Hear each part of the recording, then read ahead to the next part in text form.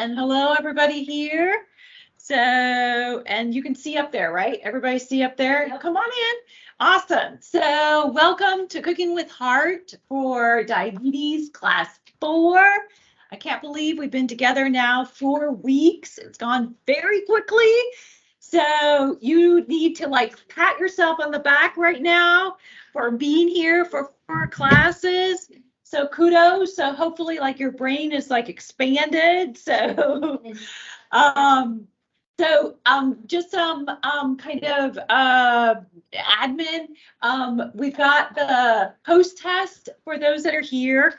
So and I know some of you have taken the classes before, but use it. I do want you to leave the post test because I will look at your pre and post, and I know you might be like, I don't remember what I answered for my pre. That's okay. That's kind of what we want. But I just want you to kind of, this is about recognizing all the progress that you've done. So I want you to focus on the gain in the learnings, the gain in just things you've tried out, the tests that you've done, the new things you've been exposed to, some you like, some you didn't. So all that is just part of the journey. So make sure you do the assessment. Let's see, we've got action steps for those that are here for the last class too, because this is something that you want to continue on beyond this class. This is the process, whether you formally do it on paper and write your own. You hopefully have the copies from all the classes that you can refer to if you want to go back to and say, hey, I want to do that one again, or hey, I never did get a chance to do that one. It's baby steps though. I did notice there are a few of you in the class, I won't name any names, that were trying for 4 things. Okay, so I did notice a few of you got it. I was seeing more just 1 checks this last class for your action step. So, and I'm not going to say you can't go for 4 things at once, but just be careful because we really find through research that you have crazy lives. So in order for it to stick, you don't want a lot of mental energy. Okay. And if it doesn't, if you forget to do it, well, then that's a learning too. Maybe there's a way you need to remind yourself or just try something else, so there's all kinds of learning. So awesome. Big thank you to Trinity Health Foundation, to Genesis, to the Quad City Diabetes Association for sponsoring these classes so we can put them on the community. And today we're going to do best done salmon done simple. So fish is super, super easy. I love seeing it on the menu. So just keep that in mind. We want to encourage having it twice a week. We'll talk more about that. If you're not at twice, once. But, and then overnight oats. And we'll talk more about why I'm encouraging overnight oats. So before we get in, we have a guest here that I want to share the screen with here. Ellen, she is a diabetes educator, and she is going to say, so she just really wants to welcome the group and just share some important details. Hello. As Teresa said, my name is Ellen, and I'm a dietitian and a diabetes educator. I work for Genesis, and I work closely with the Unity Point staff too. And we are thrilled that you guys have decided to participate in this learning experience. I just wanted to talk about a couple of things that maybe are helpful as far as the whole diabetes education arena. There's a educational acronym that we use called ABCs of diabetes. A is the A1C, and you've talked about that, I'm sure, already. We're trying to keep that A1C headed down towards the 7 or below range. That A1C gives us an idea of what your blood sugar was averaging over the past 3 months, and that can help us to gauge how successful we are with the dietary changes and the lifestyle changes you're making, as well as maybe medications. The B and the ABCs is the blood pressure. When your blood pressure is high, your heart has to work harder in order to get that blood to flow through the vessels. And we want to help keep the heart and the kidneys healthy by keeping the blood pressure good. The C is the cholesterol. And I know that Teresa talked quite a bit about cholesterol. Keeping the cholesterol good helps keep our heart healthy. And so doctor will be checking your HDL cholesterol, your LDL, as well as your total. And so keep working with the staff to help keep those numbers good. The other message that I wanted to discuss tonight a little bit is that even when you do everything that we ask you to do as far as taking care of your diabetes, sometimes initially it goes well, and then over time things start to creep up. And it could be that maybe we've gotten a little lax with some of the behaviors that we started. And so if we try to make a few of those changes back again, and that's where maybe a revisit with an educator might be helpful to kind of discuss where you've been and where you're trying to head. And so continue to work with your healthcare team. Sometimes we have to work on medication adjustments to help keep those blood sugars doing what they're supposed to do. But the message is, let's keep working on keeping those blood sugars in as good a control as we can, because that's what helps to keep you healthy. Awesome. Well, thank you, Ellen. Very important messages there. So, and Ellen is one of a handful of diabetes educators that we have in the area. So we're very fortunate to have diabetes educators that have a wealth of experience. So if you're diagnosed with diabetes, then you most likely have one visit paid for at least with a diabetes educator like Ellen. So please take advantage of that. That's like a gift on the table that you're not opening, seriously. So even if things seem to be going well or not well, I'm telling you, Ellen is a wealth of information. So, and we're on the cusp of some really cool technologies that they've been sharing a little bit about. So you want to be in on some of those technologies too. So make sure you're partnered, that you've got a diabetes educator as part of your team. You've got the contact information in the front of the binder there for both Genesis and Unity Point. The clinics will help you get referrals, so you can just call them directly, or you can go through your doctor, but either way, just get it done. Okay, so really, you will be so happy to meet with our diabetes educators. So thank you, Ellen. Thank you. Okay, so I want to take a moment so that you guys share your learnings. I heard that somebody did the aquafaba. So if you are willing to share that you did the aquafaba, I'd love for you to share.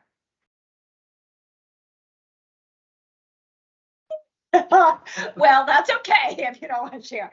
What other sharings? What sort of learnings would you like to share with the others? That you wanted me to tell them about the plant pure. Yes, Marla is going to tell about a group in the Quad Cities for plant-based that gets together. Yeah. So there's Plant Pure Nation. That's an organization nationwide or worldwide. And then there's a group here in the Quad Cities. Their group is called Heartland Rooted Quad Cities. Heartland Rooted Quad Cities, for those that are online. Plant Pure, one word, Nation. Heartland Rooted Quad Cities. And what they do is they go out to lunch once a month on a Wednesday. And they go to a restaurant in the area that will have plant foods. And they order from there. And they do that once a month on a Wednesday. It's the first Wednesday of the month. And then or first or second, I don't know. And then they go out to dinner once a month, and they go to another restaurant and have dinner, and they eat their whatever they have that's plant-based. And then the really, really cool thing is on the third Saturday at 11 o'clock in the morning, out almost on the corner of Kimberly and Eastern in Davenport, there's a little side street that goes west of Eastern, right along Kimberly.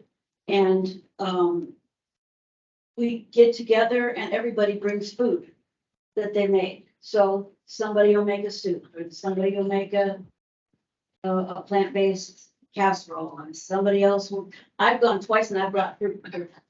I don't know how to cook yet.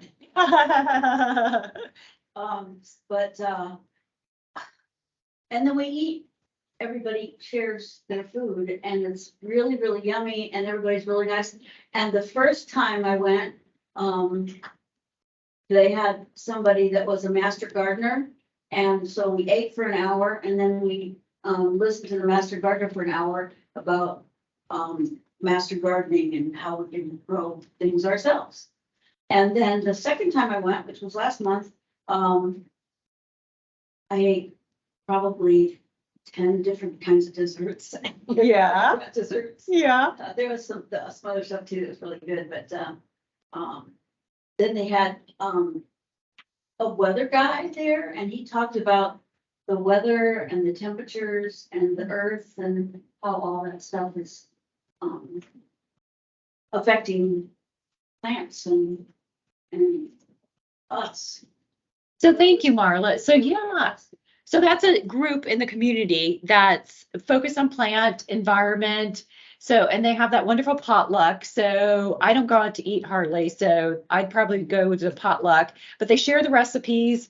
Dr. Cheryl True is very involved. She's a functional doctor in the area. So it's just, one community in the area because I know it gets tough. You have to take pictures of the recipes right away because Yes. they pack up their stuff Oh, they go. and they put it away. And then, so the first time I didn't get a lot of the recipes, but I did not. Yes, you learned. Okay, awesome, awesome. So yes, so just want to share resources in the community. Kimberly, Okay, awesome. it's off on a side road. What did you say, plant, what nation? Pure. Plant pure nation. Plant Pure Nation. Heartland rooted. Quad Cities. They have a Quad Cities. Facebook, they have a website, but I think their Facebook's a little more active, so. Yeah, and then they have a couple of guys that do podcasts and you can Yeah. sign into their podcast and listen to them and they'll talk about like, doing stuff on a budget or how to get your kitchen ready for eating plant food. Yeah, so that's an option there. So just want to, connect you. You continue on your journey. So, Teresa, um, what was the? yeah. What was the name of the group? I'm sorry, I couldn't understand. Yeah. the name. Plant Pure, Heartland Rooted Quad Cities. Okay, Heart- thank you. Plant Pure Nation. Plant Pure Nation, Heartland Rooted Quad Cities. So yeah, so community really helps because these things are hard when you get outside this classroom. I know that. So that's why you want somebody like Ellen on your team and you want to connect with some of these community resources. So, okay, we're going to dig into heart disease. I'm going to start with a really harsh fact that if you want to take a gamble, your best bet is to gamble you're going to die of heart disease. Okay. So I know that's pretty rotten way to start, but it's the number one killer, 1 out of 3 deaths. And it's not, we're not really going down the way we would like to. So now I know you're here taking steps to change your kind of path, your health destiny. So, and heart disease prevention makes perfect sense. 80 to 90% of heart disease can be prevented. So it doesn't cost a lot or nearly nothing. So, and you might be saying to yourself, but why is heart disease connected to diabetes? Because once you're diagnosed nowadays with diabetes, you actually become a heart patient.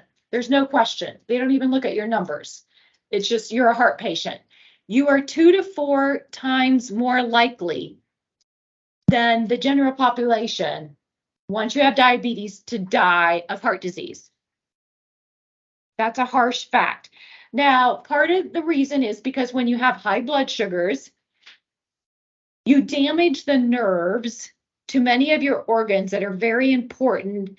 You damage the vessels and you actually change some of the chemical messengers for the nerves. So they can't carry out their job as well. And that's why you have neuropathy that happens. And anybody know what organs get hit with neuropathy? Legs. Yeah. What else? I suppose Heart. Heart's a big one. Yep. Kidney. Kidney's got very delicate vessels and it does a lot of work. Yeah, and eyes. Okay, those are the big ones. Okay, there's also gender kind of things too. So I'll put that out there too. So So it's something real that we want to really pay attention to. So now, when you were born, your arteries were clean and smooth. Now, over time, you're going to get naturally from aging some changes in your arteries. But I want to kind of break down what really happens for heart disease and the plaque. Okay. So, and kind of connect in diabetes and blood sugars there. So, okay. So I need your imagination. So put your imagination hat on. So here is an artery. Okay. So now, do you know as a grown adult that you have 60,000 miles of arteries, vessels, and capillaries? 60,000 miles.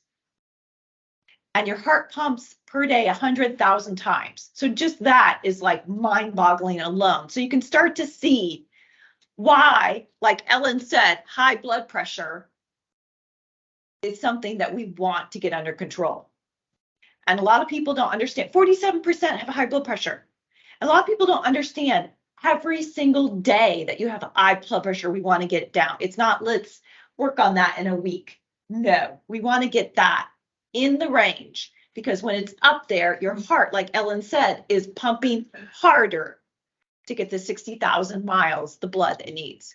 So this is a clean artery there. So what can happen is there's an inner lining in here that's really, really delicate.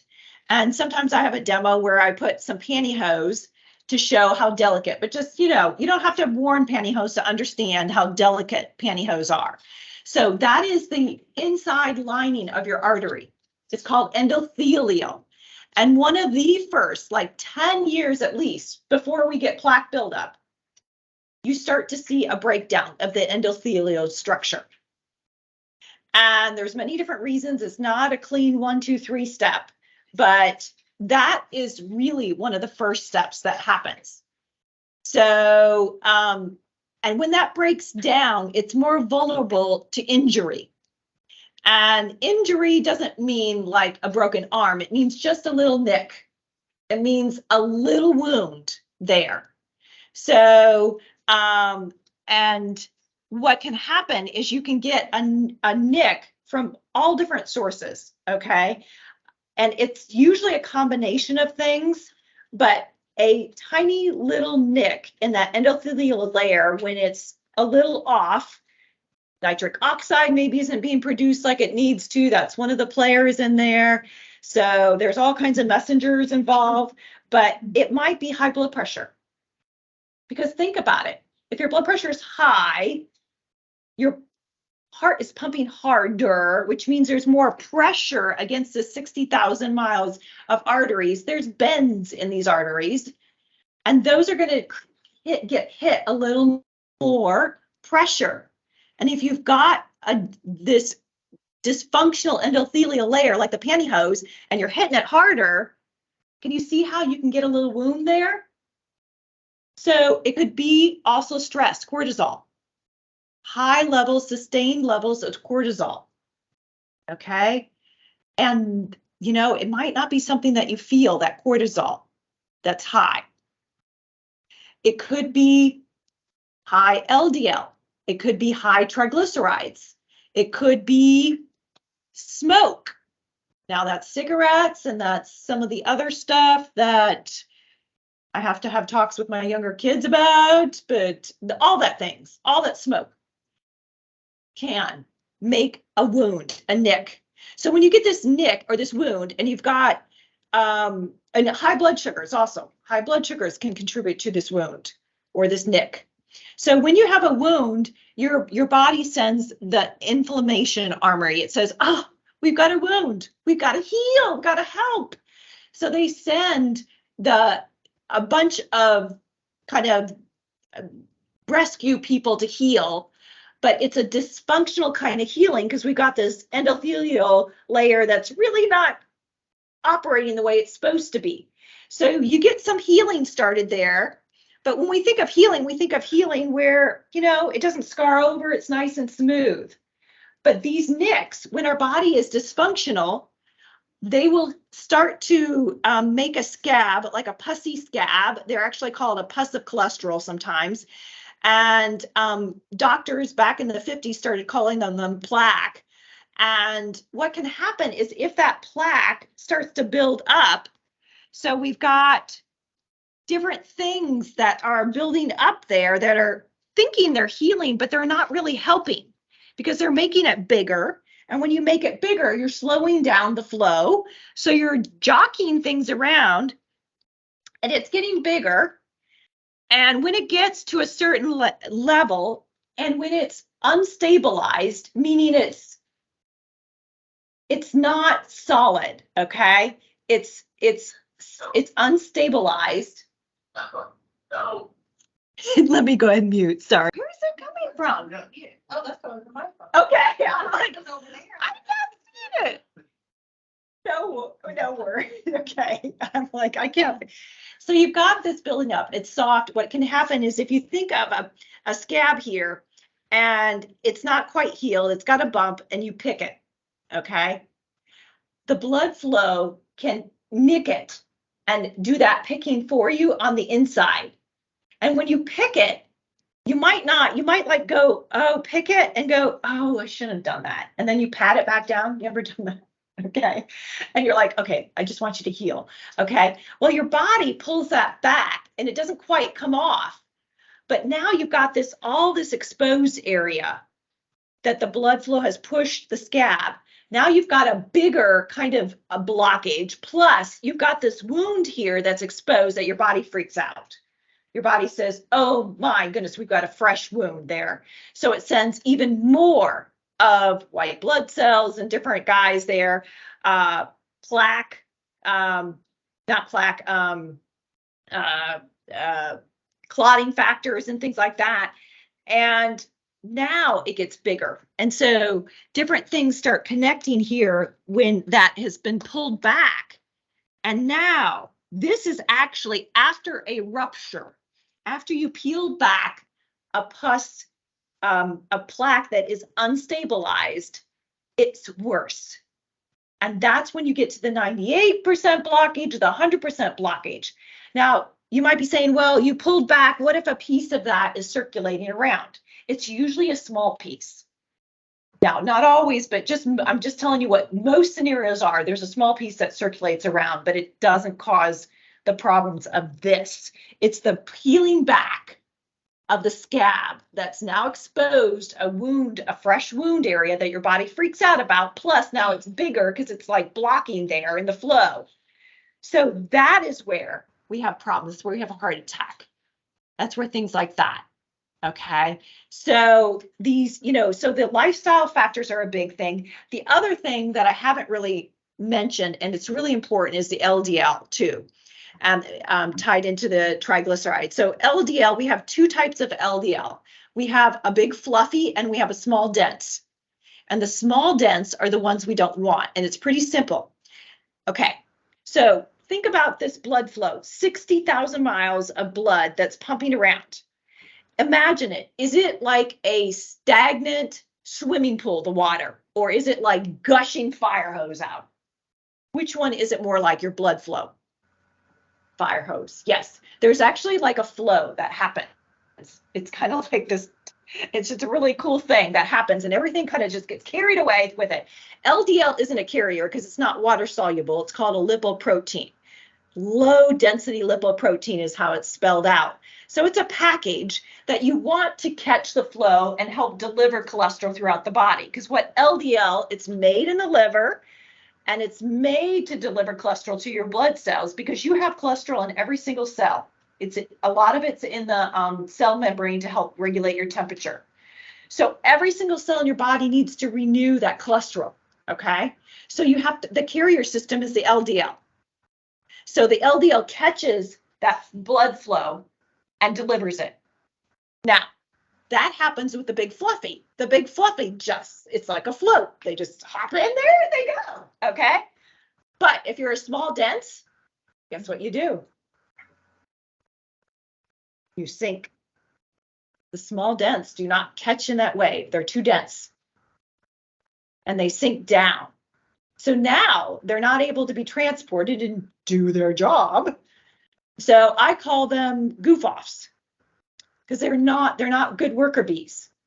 They sink to the bottom and they love to look for nicks, wounds, little bits. And they actually are small, so they can get in better than a big fluffy. So they get in and then they throw a party. They invite others along. They signal others to come. And that is part of the plaque buildup too. So we've got an inflammatory response that's happening, plus we got the LDL that's getting in there and building up for the plaque. So we know with your LDL, if you have the higher number of the small dents, unfortunately, when we do the LDL number, we really don't know, okay? So exactly what it is, okay? We do know usually when it's higher and triglyceride is higher, that's a really good clue. You got too much of the small dents. Triglyceride, you need to pay attention to. It's a little bit of a meter for your LDL, the small dents. HDL. Now, HDL, how many of you heard of HDL? How many of you heard that it's good? Okay, well, I hate to call anything bad or good, but what's happened in our modern day society is we've put things out of balance, because the LDL used to be a big fluffy pretty much all the time and we didn't have much problem. HDL is, I call it the sweeper, the cleaner, because the HDL is not delivering like LDL, does not start out the liver like the LDL and supposed to transport in this cute package. The HDL is always going behind the LDL and picking up what we call remnants of cholesterol. Because remember, the cholesterol just really can't be in the bloodstream, so it has to be packaged. So the HDL is the cleaner upper. So it's cleaning up the mess that LDL is making while it's doing its job. We don't want these remnants of the LDL because they turn to oxidize, and oxidized can create damage. And they actually oxidize, kind of go in those small dents in the nicks.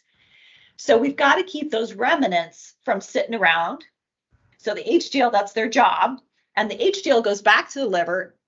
Again, it's not a delivering the cholesterol. It's bringing it back to the liver where it's excreted or repurposed.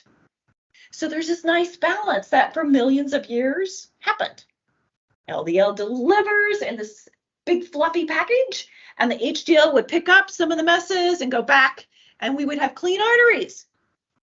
But nowadays, things like super high sugar intakes at once really shock your system and your triglyceride. That's a simple way for your triglyceride to go up. I know it sounds weird because triglycerides are fat, but your body's very good at converting sugar, simple carb into triglycerides to pack, because it thinks, I have a rainy day coming up that I need to save this for, when you shoot that sugar into your body. So triglycerides high, not good at all, okay? LDL high, especially with that triglyceride high, and low HDL, that's just like a storm of plaque. You just know inside there's a storm of plaque happening. So these are the things that happen. But this plaque buildup here, it doesn't happen in 1 week. You started off with a clean artery at birth, and then over time you accelerate this. Okay, so you would have some little plaque, but the endothelial dysfunction happens from our lifestyle, cortisol, and all those things upset that pantyhose layer. So anything you can do with your lifestyle to get it in positive is going to help.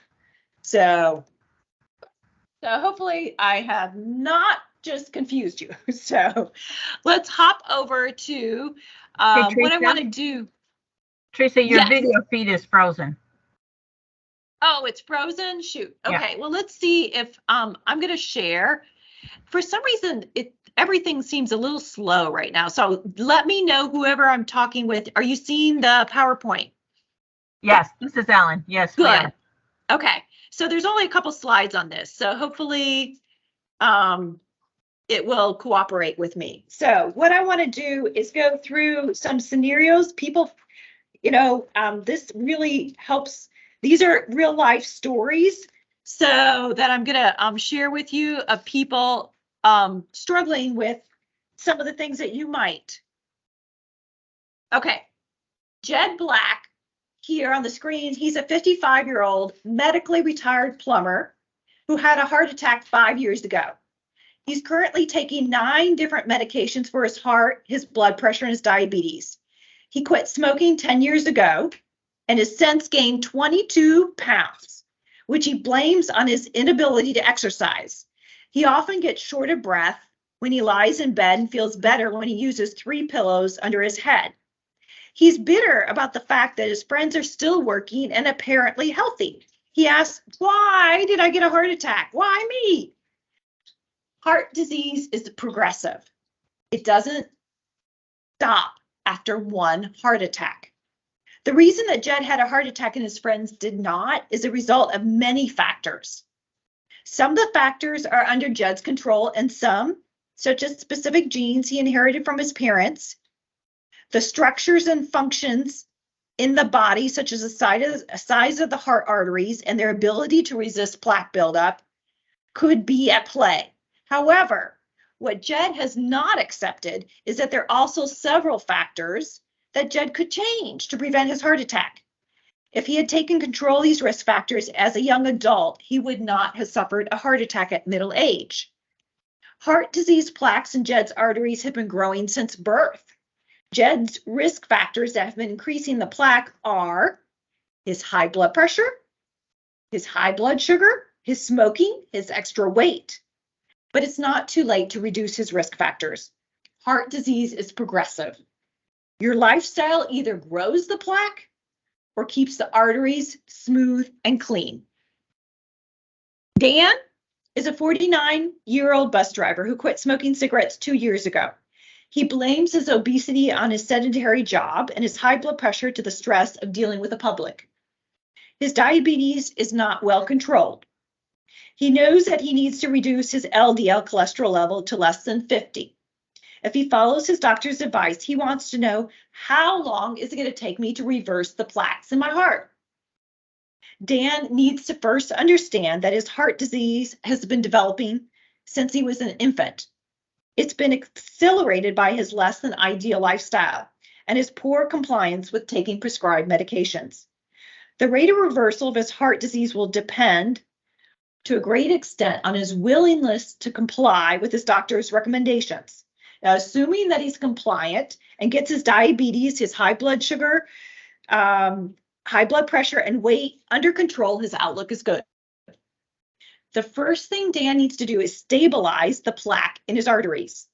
Stabilization includes reducing the inflammation in the plaque. The inflammation in the plaque is what makes it soft so that it can be kind of picked, like I talked about. When it's stabilized, it's solid and it's still there, possibly narrowing some of the arteries' width, but it's not susceptible then to being peeled back, like I was talking about. Studies have demonstrated that plaques can be stabilized within 30 days of starting aggressive medical therapy and lifestyle changes. Furthermore, reversal of some plaque can be demonstrated after 12 months, and at 2 years, more reversal can be demonstrated. The rate of reversal depends on many factors, but control of heart disease risk factors is key right now. Now, since heart disease plaques can rupture at any time, Dan should not delay in initiating his lifestyle and medication changes. So, what numbers do you want if you want to stabilize and reverse your plaque buildup? So, we usually talk about LDL less than 70. This is not what you're going to see on the lab report. The lab report is going to say 100 probably. Okay. If you have diabetes, a history of heart disease, we want to get it 70 or less for sure. I don't have heart disease. I don't have high blood pressure yet, but my dad had extensive heart disease, so I want to get it under 70. HDL greater than 60 at minimum. Higher would be great, but over 60. The numbers in the lab are going to tell you 40 if you're male, 50 if you're female.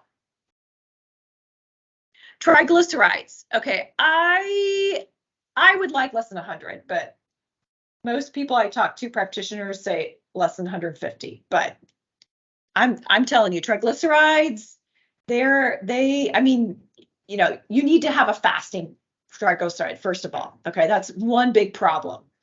Okay. If you don't get a fasting one, then we just don't know. But a fasting one, really, we want under 150, ideally. What did you say they steal for male and female? The charts, the labs will tell you what's good is 40, over 40 for male and over 50 for female. But if you talk to any of our cardiologists for reversal, for really getting this under control, they're going to see greater than 60. I say go even a little higher if you really want to make this thing sustainable. So if you have a high triglyceride, a low HDL, what we know is you're 6 times more likely to have a heart attack.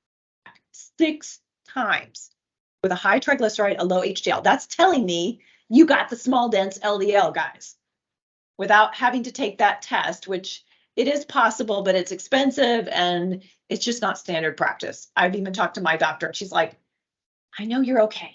We're not going to do it. I'm like, I want to do it. But you know, your insurance, you have to get that privately done. If you're going to get that done, get the difference of the LDL. So, okay. So what do we want to do for food and life? So we're talking about food here. We want fiber. We want to eat fiber in whole foods. The studies that we're done with whole foods. Okay, so some of our foods that we see, they add fiber and call them high fiber. I'm not a fan of that because we really don't know that that works the same. And to assume it does is a little, I don't know, that's just not always in our history of health worked out. So fiber, we want to eat fiber, beans and oats and bran. Have a lot of the fiber that we want, soluble fiber. They all have a combination. So whatever you're eating, you're going to get some soluble. But soluble is the one that makes a gunk, slows your blood sugar rise, plus it grabs onto some cholesterol. We know it usually if you get it regularly, it has to be pretty regular, you're going to lower your LDL by 5 to 10%. So barley and oats have this beta glucan, which is a special type of fiber. And that's why if you're in a Pritikin program, Linda, the dietitian, will be talking oatmeal. Okay. So it just, and it improves insulin resistance. So that's another bonus for you. So healthy fats, we're talking the olive oil, the EVU. Okay. You got to make sure it's EVU. Avocado is good. So, small portions of nuts and seeds. I have pretty regularly, not large amounts, but small amounts of nuts. And then I try and throw in seeds to different things here and there, not daily, but I try and make sure. So that really helps with lowering the inflammation. Those do that. And the avocado is fantastic for lowering inflammation, olive oil too. Fish has these things called DHA and EPA. So that sounds like some government organization, but they're only in fish. You can't get them in plants. Now, there's a lot of confusion what I read online because I'm always looking in an article that talks about omega-3s. Are they distinguishing between plant and animal fish? Fish is the only thing high in it. We do have what's called omega-3s. It's ALA. It's not the DHA, the EPA. It's ALA and things like walnuts, flaxseed, hemp, chia seeds, which we're going to have today, which are great. I am all for those, but they are not the same as fish. So you can convert, but the conversion is horrible. If you're male, it's 4 to 8% your conversion. Females, 8 to 11. That's horrible. Okay. So you're going to have to eat gangbusters of walnuts to get a conversion over to a fillet of fish. Now, if you're vegetarian, here's the deal. You can try and do algae, seaweed. That might make a little bump, but this, you just might have to skip this as you can actually take triglyceride that are vegan. That might be a way to go. Talk with your doctor. Supplements are not quite the same, but we have studied triglycerides a lot. So that's a maybe, question mark, talk with your doctor. I'm not against that, but it might be a strategy that you just can't have. I mean, you should have multiple strategies. that you're doing for your heart health and for your blood sugar control. So I'm just saying, don't let an article that talks to you about walnuts and flaxseed fool you into thinking that's the replacement for fish. It's not. So non-fried fish twice a week. Okay. So the big fish we want to avoid because they're older and they eat the small fish and they have more mercury. So that's your shark, your tilefish, and swordfish, and tuna. So light tuna is okay, most resources say. But of course, that's not the premium tuna fillet that I love. I do tuna once a blue moon, like every 3 months kind of thing. It's not, but it's high in mercury. There is in canned a brand called Safe Catch that they have tuna and salmon that they actually test for mercury every single fish. And it has to be way below the EPA standard. So that would be maybe, but for restaurant kind of tuna, I just resort to once every several months. Swordfish, shark, and what else? Tilefish from Mexico. Yeah, those are the biggies. Those are the ones. So, okay. So I hate to say eat less, but excess calories, that's going to decrease your HDL, which we want high. That's going to increase your triglycerides, which we want low. Added sugar is going to increase your LDL and increase your triglycerides. Okay. Now that doesn't mean no sugar, but we're eating way too much sugar at once, especially on one feeding. That just like is inflammation minefield.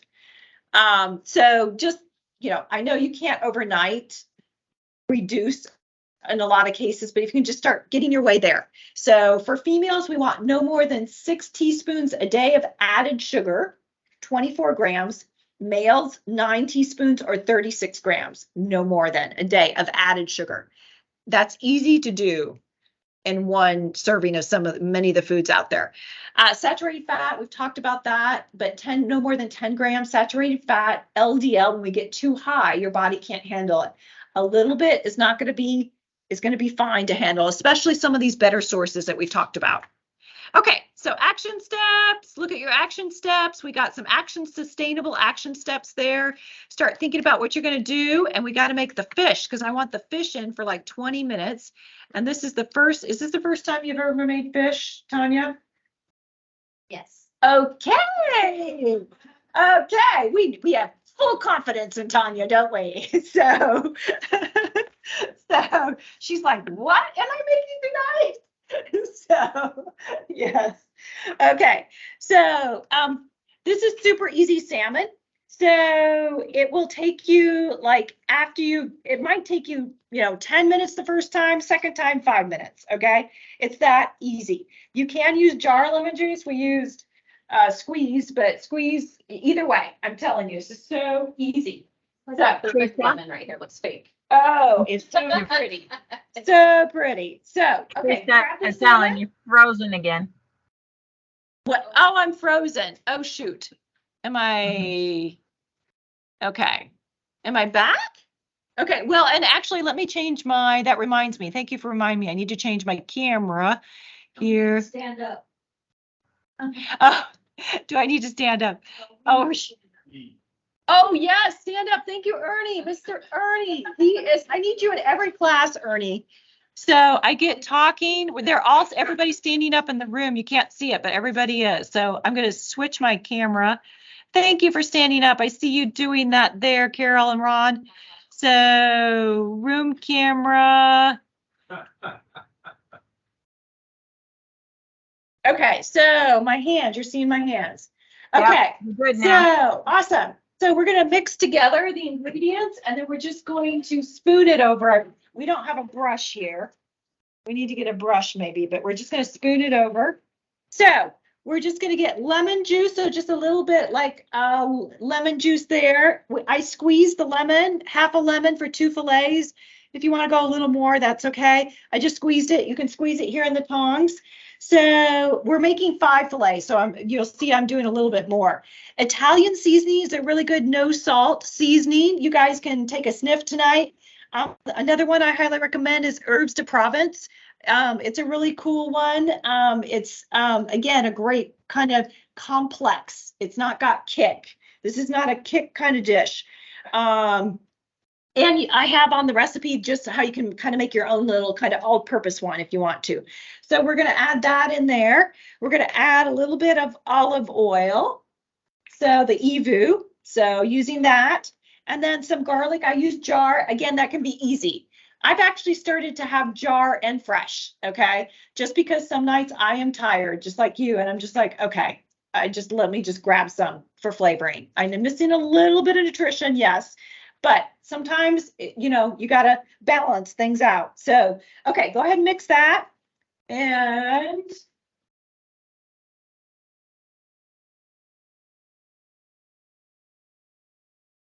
(400 degrees, 15 minutes on parchment. Most fillets that aren't too thick. I trimmed off some of this. I will not waste this, but it just means better cooking. You don't get overcooked apart and undercooked. So go ahead. I'll go ahead since I already touched that. I'll put that on. So, and we're just going to douse all these fillets with that nice marinade or topping. So it's that simple. So go ahead. And then the lemon, we're going to put lemon on top. You can never go wrong with lemon. Okay, it took me months to figure this out, guys, because I was like, there's got to be a reason why lemon is in over half of fish recipes. I mean, yes, it's flavor, but it's got to be more than that. I found it out. Okay, fish has this compound called amines, amines. It's close to the compound of ammonia. And anybody that says, I don't like fish because the fishy smell, fishy taste, they're picking up. Tanya's making faces at me, okay? So they're probably picking up on the amine. And because it's basically comes out, in our bodies, we pick it up as ammonia. When you add lemon or a citric acid to it, it turns into a salt, a amine salt. And it disappears, the ammonia smell and the taste. So in a culinary world, they'll call it lemon will clean up the palate of the fish. But it's a chemical reaction that's taking place. So if you're at a loss what to do with fish, lime, lemon, anything like that is going to work. So, okay, and then let's go ahead and put on these. Again, I would sometimes even put them on top of lemons, okay? I'm serious. You can't go too much lemon. Not with me anyways. So, okay, go ahead and put that in, and we're gonna put it in 20 minutes. So, the oven is great. 20 minutes, 400, almost any fish works that way. So, can you somebody put a timer on? Okay, awesome. So that's it, guys. So, that took us not even 10 minutes to kind of take Tanya through her first time. So it's not, all you have to have on hand is the garlic, lemon, which I have lemons all the time, or I have some from Trader Joe's, the lemon juice in the jar. Occasionally I will just go to that. Your Italian seasoning, EVOO, and that's it, guys. How easy. It's so easy. So please keep that as a go-to recipe. Okay, so then we're going to do oatmeal in the overnight oats. So this one is so easy. You could make 4 or 5 of them ahead, put them in the refrigerator. They will, the base, they will get pretty thick. So you can just add a little more of the milk, whatever milk you've chosen to go in there. Can you grab the milk in the refrigerator there, in the door there, the soy milk, so I can show them? So now I tried out tonight, for those of you, I tried out the small, because I had a serving that overflowed this at one time, and people were like, Teresa, that's really like filling me up to the gills. So I was like, okay, let's back it down a little bit. So I have this serving. That's the smaller serving. I call that the regular. But I would recommend making it in here. Okay. I kind of made a mess when I was making that. So this mason jar, it could fit but you probably want to trim off a little bit in the little pint size one. So, okay, so we're just going to add oats. This is your traditional oats in there. So a fourth a cup, I think, and a third a cup of the Greek yogurt. So plain Greek yogurt is great, has high protein. You know how Greek yogurt also, just FYI, Greek yogurt, you know, it has that like that liquid on the top. Sometimes you want it, sometimes you don't, but don't waste it. That has the whey in it. And the whey has the calcium in it. Okay. So so don't just drink that or something. Use it for something else. So then soy milk I'm going to use. You can use almond or you could use skim. Do watch soy, things like soy, get the unsweetened, guys, because they add a lot. I looked at it when I got it yesterday, and it was 6 grams per serving of added sugar, guys. That's 1.5 teaspoons of added sugar in the soy milk. Okay. So make sure you get unsweetened. I like to get unsweetened vanilla, but I can't, that's at Walmart. So I also actually, my best, I like to get at Trader Joe's or go to the health food store, get the UHT.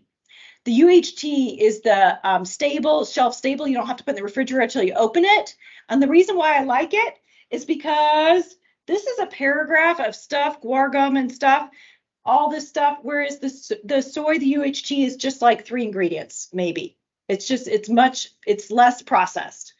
So I will go to Trader Joe's because it's good for like 3, 4, 5 months out. So I was there on the weekend and I got 4 of they're smaller things, but I know they do carry it at Fresh Time and the Nature Store too. So, but I go up to Trader Joe's about once every month. So, Where's the nearest Trader Joe's? Iowa City. Iowa City. Yes, yes. We keep holding out hope. Someday we'll get one here. Maybe a field trip. Yes. Oh, Ernie, I love your thinking. So we're gonna go on a field trip to Trader Joe's. So, so the base, we're making the base here. So we're gonna add just a skosh of maple syrup. Remember, still sugar, guys, still sugar. So cinnamon, a dash of salt, and nutmeg in there. And let's see, then we're gonna add the chia seeds. So the chia seeds, you know, they're really pebbly kind of looking like. So they are a mess if you like spill them. Okay. So yeah, just be careful. And blenders, they make a mess in. So, but you know, just we deal with it. We figure it out. So, and then some blueberries. I think it's like 1/4 cup. You can use frozen too. I've used frozen many times. So just close the lid. And this is the base, and then you just shake. So these white lids are not 100% like spill proof. So just make sure you're doing it over something. It seems pretty good right now, but sometimes they drip, I find. So, and this is the same lid for those. They're interchangeable. So talk about inexpensive. Mason jars are super inexpensive. Just get a thing of, you have to buy the lids separate, these. So then let this sit like, you know, like 4 hours, it says the instructions, but honestly, in a couple hours, you'll see it thickening. So, I mean, like you'll see it thicken like within 15 minutes. So, and then the toppings. So the toppings, once it's thickened, are blueberries, some more blueberries, some walnuts there. And there you go. You've got ready to go breakfast. And so it's thick. So you can heat it up or you can eat it cold. It's just very satisfying. And most people that have tried it, it holds them over for hours. So you were saying, do you mind sharing there about you have made the overnight oats there? Yeah, I've made them lots of times, but I used to put honey in it. Yeah, you could do honey instead of maple syrup, Oh, a really? tablespoon. So Yeah. And I always did chia seeds and stuff too. I add chia seeds, get them on oatmeal. It lowered his cholesterol a whole bunch. Yes. It helps its blood sugar today, but I make that all the time. But the blueberry muffin one was really good. Okay. I did never use the yogurt in it. Not really. So Okay, so John, what do you think about like, how do you like energy wise? Does it fill you over for a couple hours? Are you pretty satisfied? Okay. So John says blood sugars are better, his cholesterol's dropped with the chia seeds and it holds him over. So yeah, so this is a different option. I mean, you can do regular oatmeal and add in blueberries and stuff like this. Or, this again is a very easy, you could do in the refrigerator several days ahead. I make, So- I make like. She makes a bowl of it. Okay. Okay, so you just have a big bowl that you're just taking out what you want. Oh, well, there you go. I love that idea. So, okay. So the other one, we're gonna make, we have two recipes you have there, where you add cocoa in the base. So you add a tablespoon of cocoa. So remember, cocoa is a plant. So, and it's got 2 grams of fiber per tablespoon. 2 grams of fiber naturally and 10 calories. That just blows my mind, guys. Okay, now this is not sweet. This is not Nestle mix hot cocoa, So, okay, don't try and start eating this out of here. But, this is a great way. You can add it to non-fat Greek yogurt with a little bit of sweetener in it and have a chocolate cocoa. I mean, it's got the fiber, guys. It's gonna fill you up. I've had many people start adding it to their oatmeal. Some of the cocoa, you already usually add a little sweetener to your oatmeal. I do. So it just makes it chocolatey oatmeal and they find it really holds them over because it's got that fiber in there that you're getting. So, and then with this one, the recipe just, I've added to make it like, it's all good stuff. It is calorically dense, peanut butter, peanuts, the unsalted. So I don't know if you know, but there's unsalted at the grocery store, dry roasted, unsalted. So if you're adding on 2 things, it takes a little getting used to if you eat them, pop them in because they aren't salted. But this is there. So this is an option, much less, more minimally processed. Peanuts, dry roasted. That's the only ingredients in there. So, and then chocolate chips. So the dark chocolate chips there. So we use those. So just, like I think a tablespoon or half a tablespoon in one recipe. So just a little bit there to add that little treat and that crunch of chocolate. So, but you can change it up. So we're going to try these out tonight and see what you think. But, find creative ways to add in oats. Barley's another option. Now, does anybody use barley? I've used barley not for this, but just I cook it and then I drink it too. Okay. With water, So what do you cook it in, Bernice? just with water. Just with water? And When I have inflammation, it helps getting all the water out. okay, so Bernice was saying she makes it just barley, like just as a grain to help with some edema, get some swelling down. So that's great. So barley has that beta glucan. It's just most people are not as familiar with ways to work it in. Some people have soups. There is quick cooking barley. We have it, I think, over there. So that's an option, another option. But oatmeal usually is, and for your LDL to be lowered, you have to have it pretty consistently. Fish is different because we store the fish oils in our body. So twice a week we find is enough. You don't have to be having it every day. But for oatmeal, you got to have it pretty regular for that to keep your cholesterol down and get the benefit. The chia seed is a natural kind of emulsifier. So that's why it helps thicken the oatmeal instead of adding egg yolk or something else. It really thickens it by itself. So it's not quite as strong as like an egg white if you were to bake something with it, but it actually is an emulsifier. It helps hold things together like a glue naturally. So, and it has the omega-3 plant version. So those are all good. But again, I don't want anybody misled that they're saying as fish. So, okay, well, I think we are about at the top of the hour. So, I do want to let you know that cardiology is for the American Heart Association. We're doing a walk on June 10th. Tanya and I are working on details, but we have a shirt that we'll be selling to raise funds for a treadmill and cardiac rehab and it's an infusion IV for downstairs. So I'm not saying that correctly, but Ultrasound machine. what? It's an ultrasound machine. Ultrasound machine. So the IV. So, but we'll be, as a group, we're getting shirts and stuff like that. So if you want to have a fun, comfortably paced walk, Pets Welcome strollers on June 10th along with American Heart Association, that's something that we'll be sending out information about. So, awesome. Well, thank you. Make sure before. A few more minutes. Oh, we have a few more minutes on Yeah. our salmon. Yep. Okay. Anybody have anything they want to share that they've done? A recipe? I don't know. Bernice, try it. So I don't know. Anybody know if you can do overnight barley? I don't know why not. So now somebody was asking earlier in class about quick oats. The differences between the oats. Steel cut oats is a little different than traditional. Steel cut has like a skosh more fiber in it, just a skosh. It's a little less processed. It's a completely different texture taste for people. That's why we don't say you must have steel cut. Traditional is close behind on the fiber, and most of us are okay with or are used to traditional oats. Now, quick oats is the next one, kind of in the grocery store. Quick oats is just cut.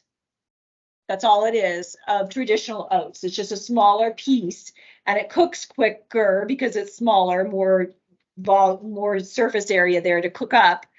And then when you go to instant, though, that's the no-no. So that's got salt added. Salt lowers the boiling temperature and makes it quick. It cooks quicker, plus it's smaller. It's cut even more smaller. And they usually like to add maple syrup and brown sugar and all kinds of stuff to it. So, yeah. So, what's that? Cook it.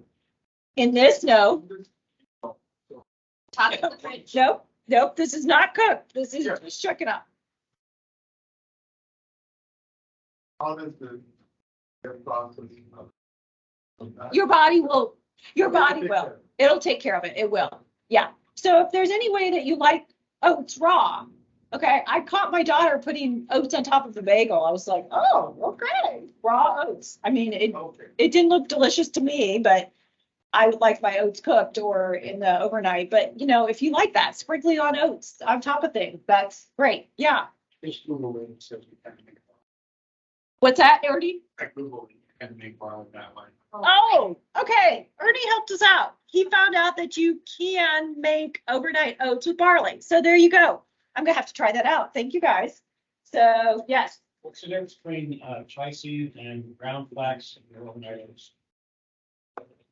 Okay, so chia seed and ground flax, and then you said something? What's the difference between those two and overnight oats?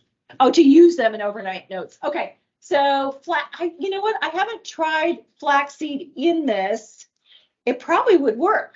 So the question is, what I'm getting at. Nutritionally, what's the difference? Anything? Flaxseeds. I like flaxseed for hormones. It's really good at balancing hormones when we're talking breast cancer and things like that. So I add flaxseed into my oatmeal for that. Chia's got great benefits, but it's not known as a hormone balancer. So, either one, whichever's your preference, but thank you for bringing that up. Flaxseed you need to grind it to get the benefit because otherwise you'll just excrete out the other end. But it's got fiber, just like chia seed, and it's emulsifier too. You can make it like an egg substitute. So yeah, so those are all, so you could use flaxseed instead. So if you wanted to.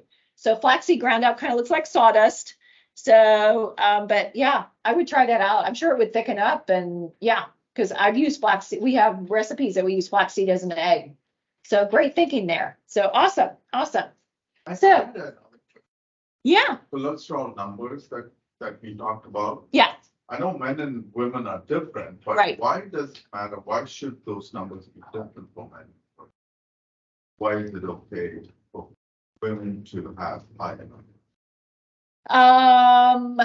you know, the question is, why are women and men different with the numbers? Or, well, okay, I need to put it come out. So, for numbers, you know, I don't know specifically. You know, I'm going to say right off, estrogen is going to be involved in there to some degree. You know, some of the hormones are probably going to get involved. But there is a point where men and women have equal heart attack, you know, risk factors postmenopausal at some point. So, but that's a great question. So, yeah. So there's got to be a reason why men don't have to get their HDL up to the same as women. So I don't know. And I've never seen any literature pre-menopausal, post-menopausal numbers. So good question. I'll look into that. So don't know. So, okay, I think we're getting close for, what are you looking for? The gloves? There they are. So, okay, awesome, guys. Thank you for being on. Diane, I know you didn't pipe in, but you've been, let me see, I see a chat. So you've been doing fantastic with a lot of things. You've been sharing.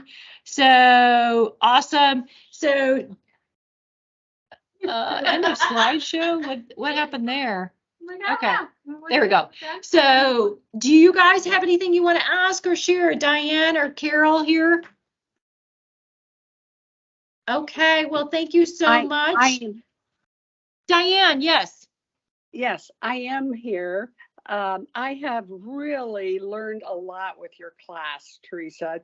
I have really enjoyed the diabetic class, and I think that everyone should take this, not just pre-diabetic or diabetic people, because of all the good tips you have.